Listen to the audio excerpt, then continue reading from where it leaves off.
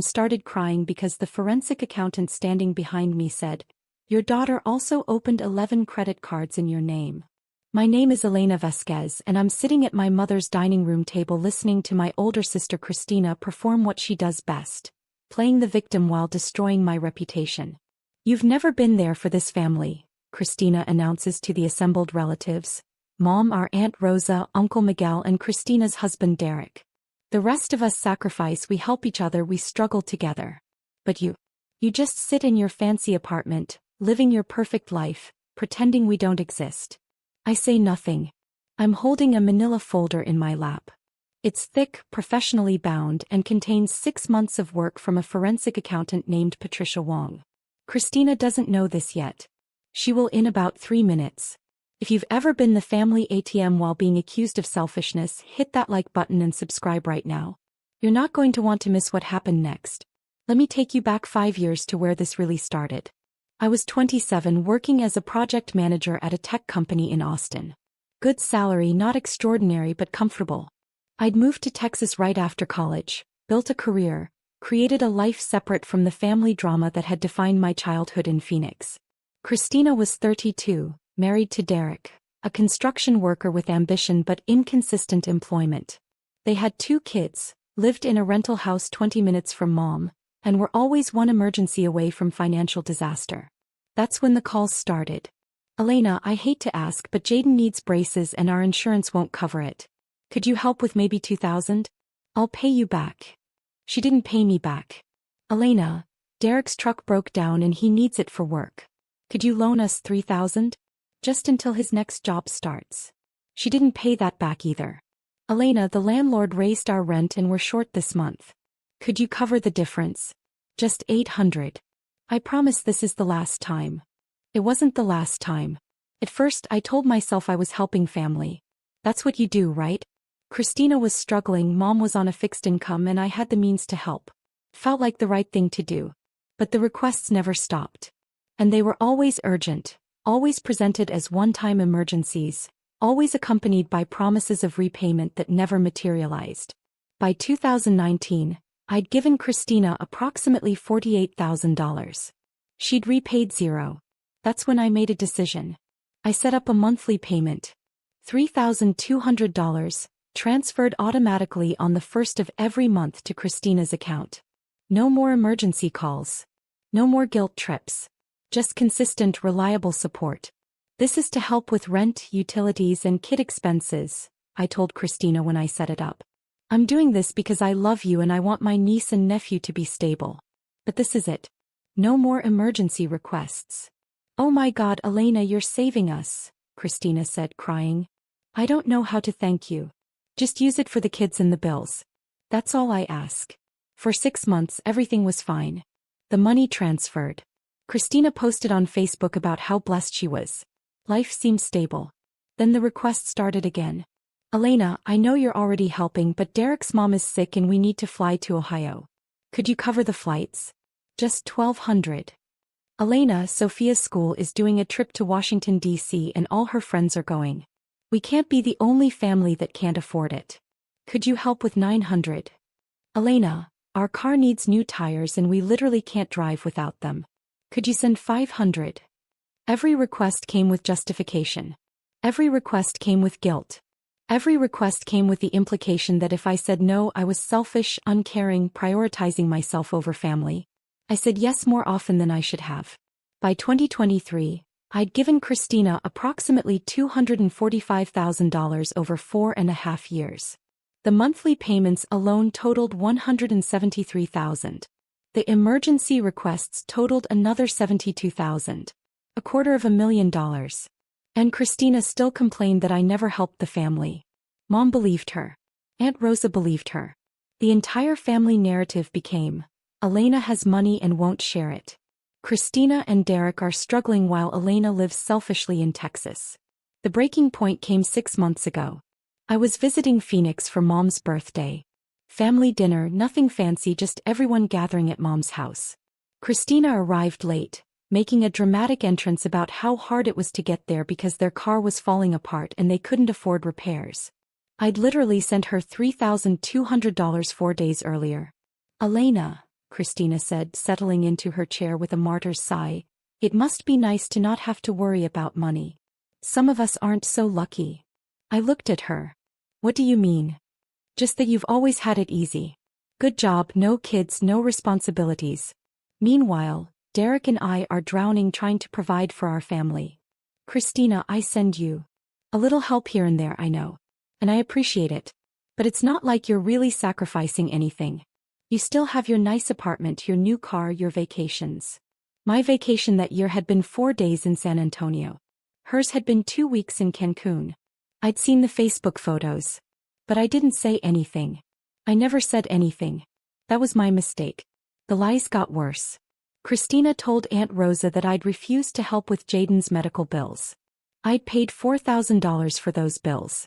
She told Uncle Miguel that I'd missed Sophia's birthday because I couldn't be bothered. I'd sent a $500 gift and called from Texas to sing happy birthday. She was rewriting history, casting herself as the struggling single mother, despite being married, and me as the selfish sister who'd abandoned the family. Mom started believing it. Elena, I know you're busy with your career, but family should come first. Christina really needs more support right now. I was already sending Christina $38,400 a year. That's when I hired Patricia Wong. Patricia was a forensic accountant who specialized in financial exploitation cases. She'd been recommended by a friend who'd gone through something similar with a sibling. I need documentation, I told Patricia during our first meeting.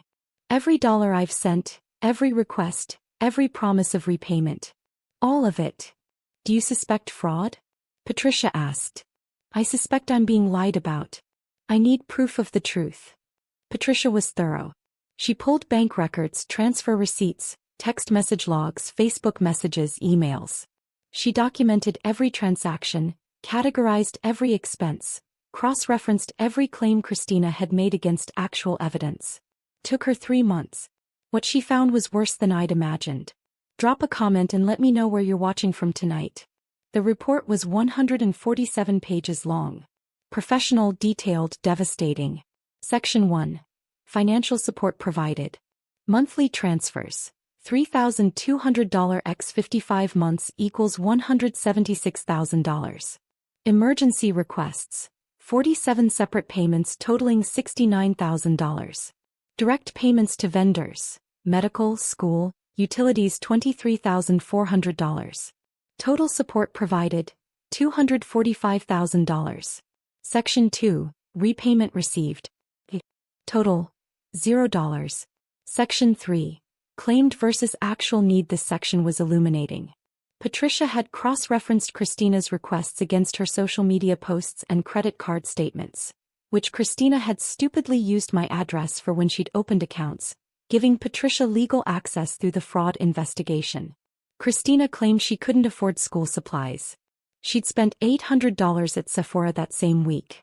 Christina claimed they were behind on rent. They'd booked a cruise. Christina claimed Jaden's medical bills were bankrupting them. They'd bought a boat. A boat. Section 4. Identity theft and fraud. This was the section that changed everything. Patricia had found 11 credit cards opened in my name. Total balance, $167,000. The cards had been opened over 3 years, using my social security number, my address, and forged signatures. They'd been used for everything from furniture to vacations to cash advances. The payments had been made sporadically, mostly minimum payments, tanking my credit score. I'd noticed my credit score dropping 2 years ago but assumed it was an error. I'd been meaning to investigate but kept putting it off. Patricia hadn't put it off. She'd traced every card to applications filled out from Christina's IP address.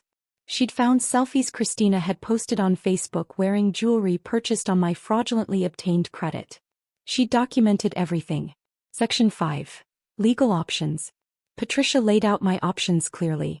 File criminal charges for identity theft, felony 1 to 5 years prison. File civil suit for restitution, $167,000 plus damages. Report to credit bureaus and creditors. Destroy the fraudulent accounts. Demand repayment privately with legal threat. Cut contact and absorb the loss. She recommended options 1, 2, and 3 simultaneously. I chose to give Christina one chance first. One family dinner. One opportunity to tell the truth. That brings us to tonight. I'm sitting at Mom's table holding the folder, listening to Christina perform her greatest hits of victimhood. We're about to lose our house, she's saying now, voice trembling with practiced emotion. Derek's been working every job he can find, I'm doing everything I can, and we still can't make it. Meanwhile, Elena sends maybe a couple $100 here and there when she feels like it. A couple $100 here and there. Aunt Rosa looks at me with disappointment. Elena, Mija, you have to help your sister.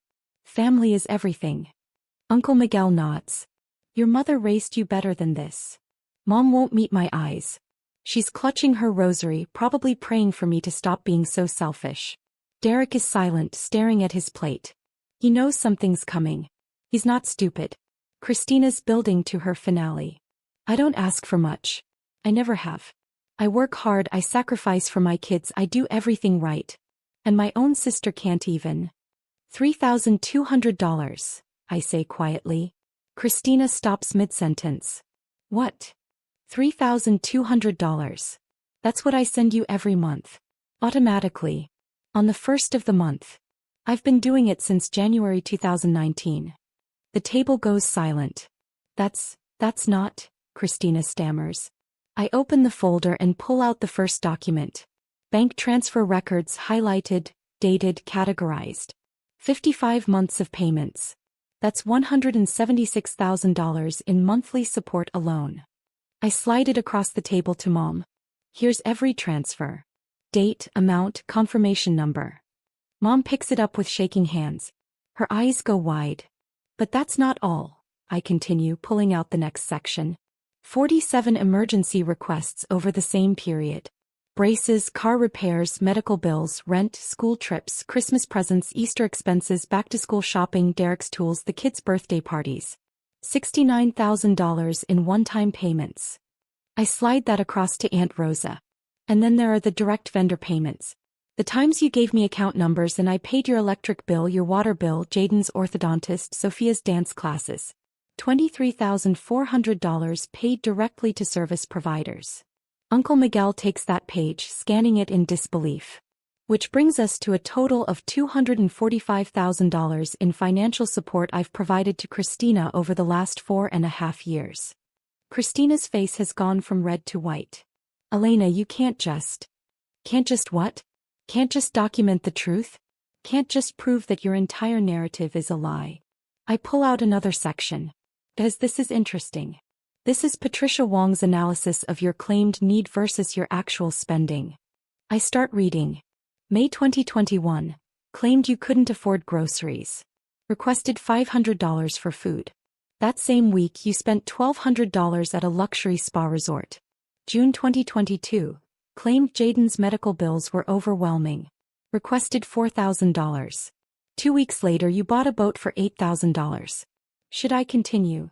That boat was Derek's. October 2023. Claimed you were 3 months behind on rent and facing eviction. I sent you $9,600.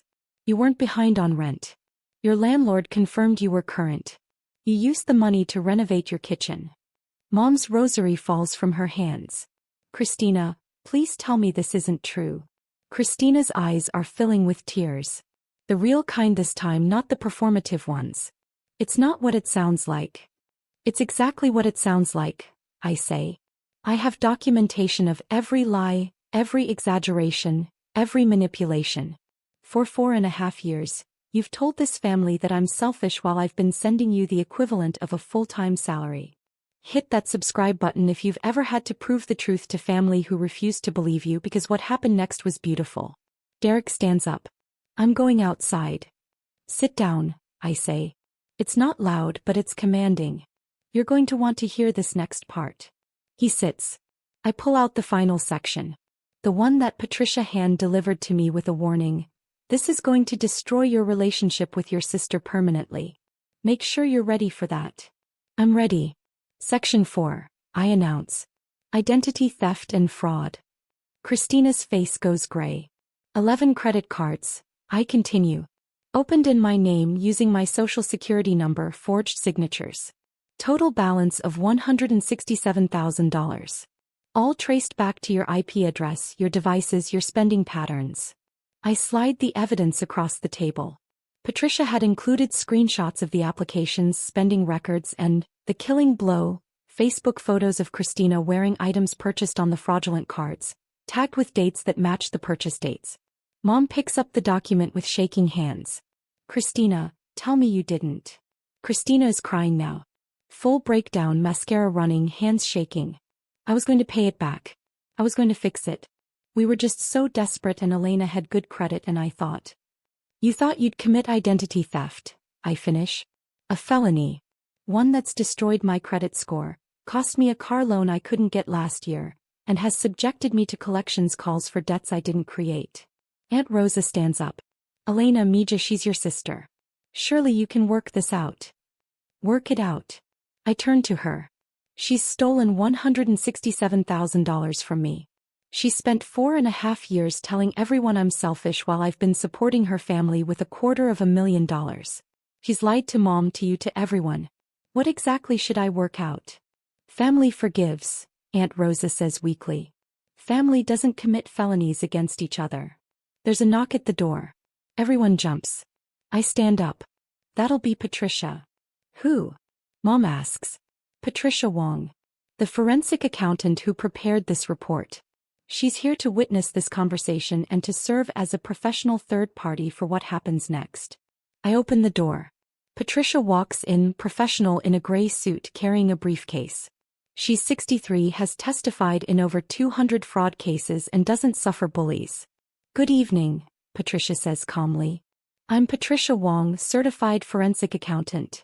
I've been hired by Ms. Vasquez to document and analyze her financial relationship with her sister Christina. She sets her briefcase on the table and opens it.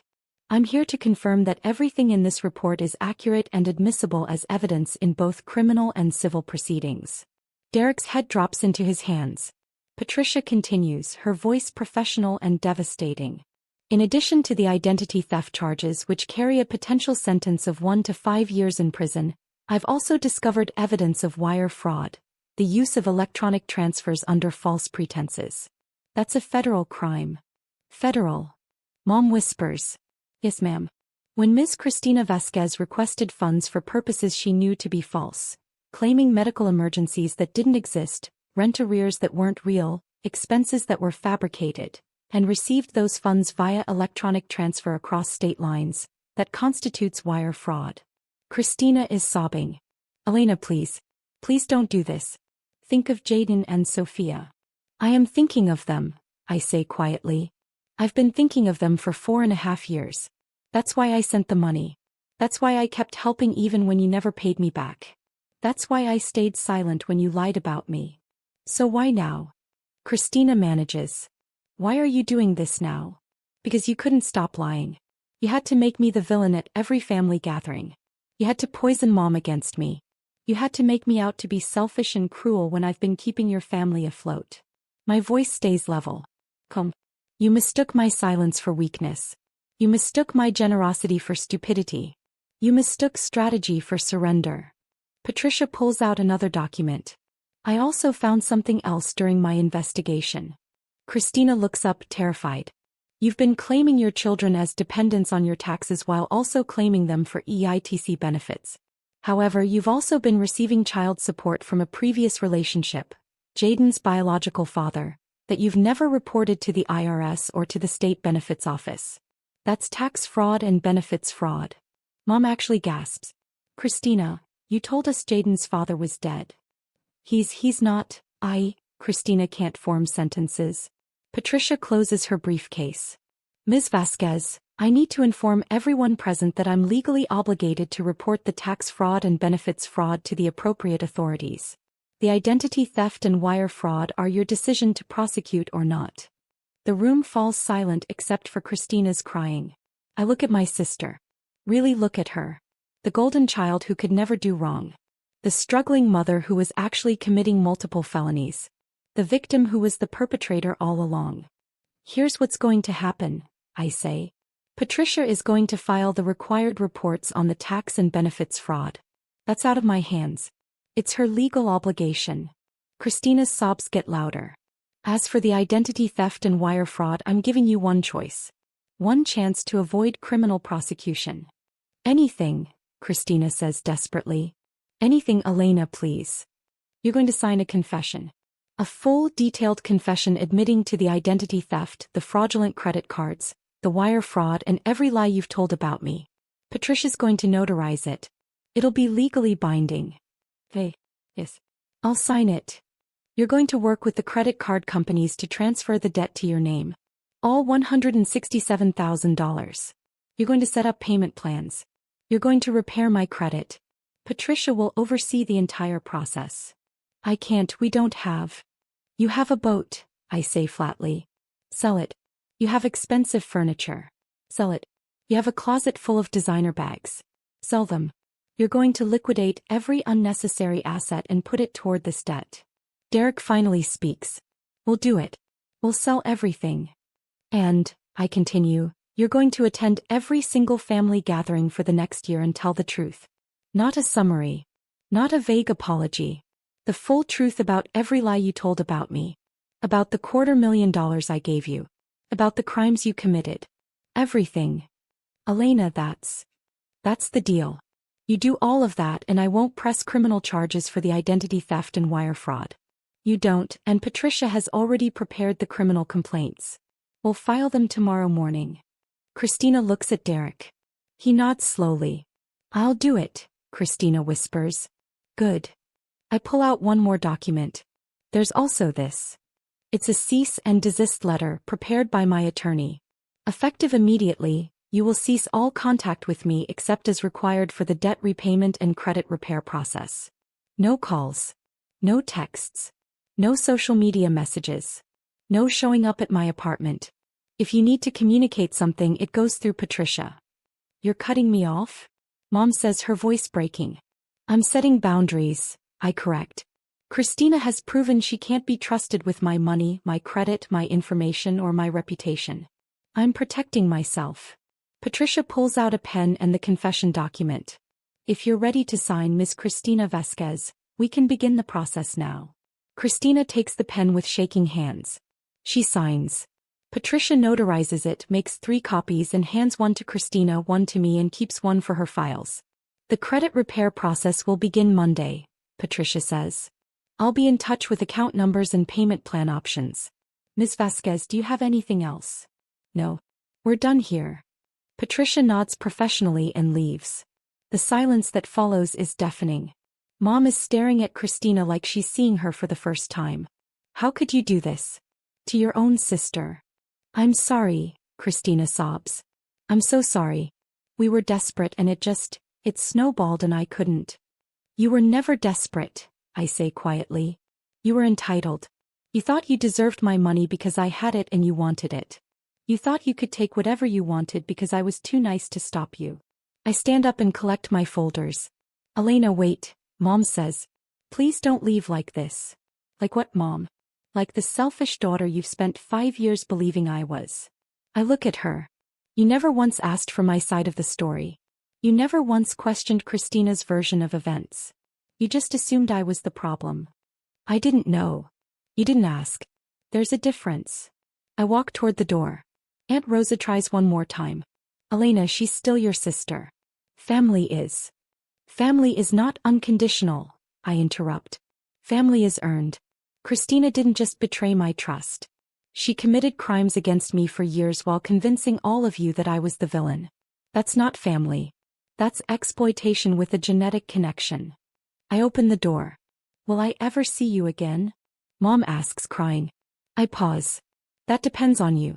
If you can acknowledge what actually happened here, not make excuses for Christina, not minimize the fraud, not ask me to forgive and forget, then maybe. But if you're going to defend her, enable her, or pressure me to work it out, then no. That's harsh, Uncle Miguel says. No, I say. Harsh was committing $167,000 in identity theft. Harsh was lying about me for years. Harsh was destroying my credit while taking my money. What I'm doing. This is just boundaries. If you've ever had to walk away to save yourself, tell me your story in the comments. What would you have done? I left Mom's house and drove to my hotel. I wasn't staying with family this trip. I'd learned that lesson. My phone started ringing within 10 minutes. Mom, please come back so we can talk about this properly. Aunt Rosa, you're being too hard on your sister. Uncle Miguel, think of the children. I blocked all of them temporarily. I needed space. The only call I answered was from Derek 2 hours later. Elena, he said, his voice rough. I didn't know about all of it. The credit cards, the lies about you. I knew we were getting help from you, but I didn't know the extent, and I sure as hell didn't know about the fraud. Okay. I'm not making excuses for Christina. What she did was wrong. Unforgivable. He took a breath. But I'm going to make this right. The boat's already listed. I'm selling my truck and getting something cheaper. We're liquidating everything we can. Good. And I'm getting Christina into therapy. Real therapy. And probably marriage counseling for us because I don't know if we survive this. That's between you two. I know. I wanted you to know that I'm taking this seriously. The kids ask about you. They love their Aunt Elena. I don't want them to lose you because their mother's a criminal. That hit harder than I expected. Tell them I love them too. Tell them this has nothing to do with them. I will. And Elena? Thank you for not pressing charges. A lot of people would have. I still might if Christina doesn't follow through. She will. I'll make sure of it. He hung up. The next 3 months were a masterclass in consequences. Patricia filed the required reports on the tax and benefits fraud. The IRS launched an investigation. The State Benefits Office opened their own case. Christina hired a tax attorney and was negotiating a repayment plan that would take her 15 years to complete. The credit cards were being transferred to Christina's name one by one. Her credit score was destroyed. She'd never get a decent loan again. The boat sold. The furniture sold. The designer bags went to a consignment shop. Christina got a part-time job at Target to help with the debt payments. Derek took a second job. They downgraded their house, moving to a smaller rental to save money. And Christina attended family gatherings and told the truth. I didn't go to those gatherings, but Mom called me after each one. She told everyone about the credit cards. Mom said after the first one. About the lies. About all the money you gave her. Elena, I'm so ashamed I didn't believe you. Okay. Can you forgive me? Eventually. Not yet. It was honest. We were both trying. 6 months after the confrontation, Christina sent me a letter. Handwritten, 8 pages long. It started with, I don't expect you to read this. I don't expect you to forgive me. I just need to say it all in my own hand so maybe someday you'll know I actually understood what I did. She detailed every lie, every manipulation, every justification she told herself. She owned all of it. She didn't make excuses.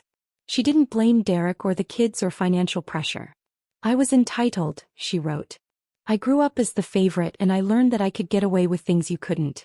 I learned that my problems were more important than yours. I learned that you would always give in eventually. And I used that. I exploited it. I exploited you. The last page said, I know I destroyed our relationship. I know you'll never trust me again. I know I don't deserve forgiveness. But I want you to know that I'm changing. Not for you, I don't have the right to ask anything of you. For myself. For my kids. For Derek, who deserves a better wife than a criminal. I'm in therapy 3 times a week. I'm working 2 jobs. I'm paying back every cent even if it takes decades. Not because of the legal threat. Because it's right. You taught me what integrity looks like by having it when I had none. Thank you for that. Even if you hate me forever, thank you. I cried reading it. Not forgiving tears. Grief tears. For the sister I'd never really had. For the relationship that was built on lies. For the family that had believed those lies. But I also felt something like hope. Not for reconciliation. For her. For the possibility that she might actually become someone worth knowing. I didn't respond to the letter. Not yet. Maybe someday.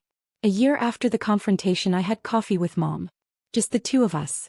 She flew to Austin, insisted on staying at a hotel, was careful with every word.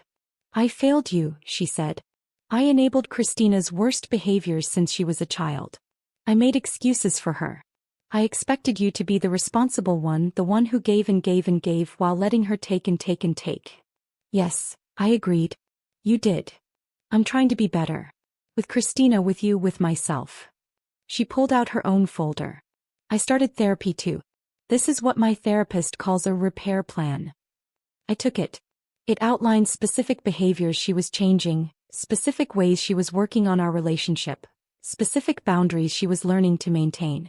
I'm not asking for immediate forgiveness, Mom said. I'm asking for a chance to earn back your trust. Fully. With actions, not just words. I can work with that, I said. We talked for 2 hours. Real talk. About my childhood, about favoritism, about the patterns that had broken our family. It wasn't comfortable. She cried 3 times. But it was real. Can I ask you something? Mom said as we were leaving. Sure. Why did you keep giving Christina money even when she never paid you back? Even when she lied? I thought about it. Because I loved my niece and nephew. Because I didn't want them to suffer for their mother's problems. Because I hoped that if I was generous enough, eventually Christina would see it and change. But she didn't. No. She saw it as weakness. As something she could exploit. I smiled sadly. I learned that love without boundaries isn't love. It's enabling. And I enabled her for years. What changed? I decided my self-respect was worth more than her approval. That the truth was worth more than family peace. That I'd rather be alone than be exploited. I looked at Mom. I stopped being afraid of being the bad guy in her story. Mom hugged me. You were never the bad guy. You were always the hero. I just couldn't see it. 2 years after the confrontation, Jaden graduated from 8th grade. Derek sent me an invitation to the ceremony. I almost didn't go. But then I thought about Jaden, about how none of this was his fault, about how he asked about me according to Derek. I went. I sat in the back. Christina saw me and her face went white, but she didn't approach. She just waved slightly, nervously, and turned back to the ceremony. Afterward, Jaden ran up to me. Aunt Elena. You came. Of course I came. I'm proud of you, kiddo. Mom said you might not because things are complicated. Things are complicated, I agreed. But that doesn't change that I love you and I'm proud of you. He hugged me hard. I miss you. I miss you too. Christina approached slowly, carefully. Thank you for coming. It means everything to Jaden. I came for him. I know. She took a breath. I'm at month 23 of the payment plan. Never missed one. Credits being repaired. Patricia says we're ahead of schedule. Good. Derek and I separated. We're trying to work through things, but it's hard. Therapy's helping. She looked at me. I'm not asking for a relationship. I know I don't get that. I just wanted you to know I'm doing the work. Every day. Even when it's hard. I studied her. She looked different. Older, tired, but also more real somehow. Less performed. Keep doing it, I said. Not for me. For yourself. I will. That was the extent of our conversation. It was enough. 3 years after the confrontation, I'm sitting in my apartment in Austin with a glass of wine, looking at a letter that arrived today. It's from Patricia. Ms. Vasquez. I'm pleased to inform you that as of this month, all fraudulent credit card debt has been transferred to Ms. Cristina Vasquez's name. Your credit report has been fully cleared. Your score has been restored to 798, higher than it was before the fraud began. All payment plans are being met on schedule. I project full debt repayment in 11.4 years at the current rate. This completes my contracted services. It has been an honor to work with you. Regards, Patricia Wong, CPA. I set the letter down and pick up my phone. There's a text from Mom. Having dinner with Aunt Rosa tonight. Want to join us via video call? No pressure. I type back, yes. What time? There's a text from Derek. Jaden made honor roll. Wanted you to know. I send back a heart emoji and congratulations. There's even a text from Christina. Just one line. 3 years sober from lying. One day at a time. Thank you for making me face the truth. I don't respond to that one. Not yet. Maybe not ever. But I don't delete it either. I built a life where people have to earn their place in it. Where boundaries are respected. Where the truth matters more than comfort. I lost a sister I never really had. I almost lost a mother. I definitely lost the fantasy of a perfect family. But I gained something more valuable. My self-respect. My truth. My freedom from exploitation. Paper beats promises every single time. And sometimes the family scapegoat turns out to be the only one who understood that love without boundaries isn't love at all. It's just another word for surrender. And I'm done surrendering.